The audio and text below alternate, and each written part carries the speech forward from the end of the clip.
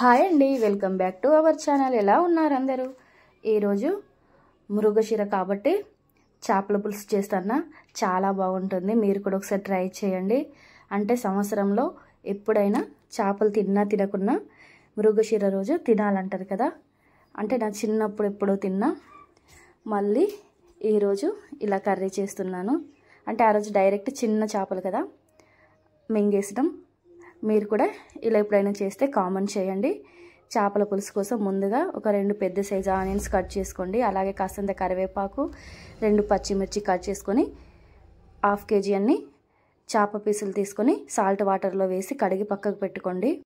Stove వెలిగించి ఒక వెడల్పాటి ప్యాన్ పెట్టుకొని అందులో కాస్తంత ఆయిల్ పోసుకొని ఆయిల్ హీట్ కాగానే పచ్చిమిర్చి ముక్కలు అలాగే ఉల్లిగడ్డ ముక్కలు వేసుకొని అవి ఒక 50% కుక్ అయిన తర్వాత దీంట్లోనే అప్పుడే ఫ్రెష్గా దంచి పెట్టుకున్న అల్లం వెల్లుల్లి పేస్ట్ కూడా ఇందులో యాడ్ చేసి పచ్చివాసన పోయే వరకు వేయించుకోండి.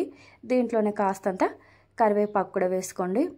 ఇలా వేసి అవి కాస్తంత ఫ్రై కాగానే దీంట్లో కాస్తంత పసుపు అలాగే స్పైసీకి తగ్గట్టు కారం వేసుకోండి. చేపల పులుసు కాబట్టి మనం చింతపండు రసం వేస్తాం కాబట్టి కాస్తంత కారం ఎక్కువనే వేసుకోండి. పిల్లలు కనుక తినే వాళ్ళైతే కాస్తంత కారం తక్కువ చేసుకోండి. దీంట్లోనే ధనియా పౌడర్, కాస్తంత ఫిష్ మసాలా, తగినంత సాల్ట్ వేసుకొని ఆయిల్ పైకి వచ్చే వరకు కుక్ చేసుకోండి. అంతలోపు ఒక 5 నిమిషాల పాటు మూత పెట్టుకొని మూత తీసి ముందుగా నానబెట్టి ఉంచుకున్న చింతపండు రసం మొత్తం ఇందులో వేసుకోండి. చాలా సింపుల్గా చేసుకోవచ్చు. అన్నీ హోమ్మేడ్ రెసిపీసే ఉంటాయి. ఒకసారి మూత తీసుకొని దీంట్లో కాస్తంత గరం మసాలా కూడా వేసి ఒకసారి కలుపుకోండి. ఇప్పుడు మనం ముందుగానే కడిగి పెట్టుకున్న చేప ముక్కలన్నీ ఒక్కొక్కటిగా తీస్తూ ఇందులో ఒకదానికొకటి అంటకుండా ఇందులో వేసుకోండి.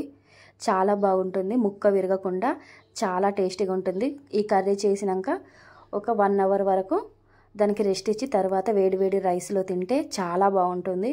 ఒకసారి ట్రై చేయండి.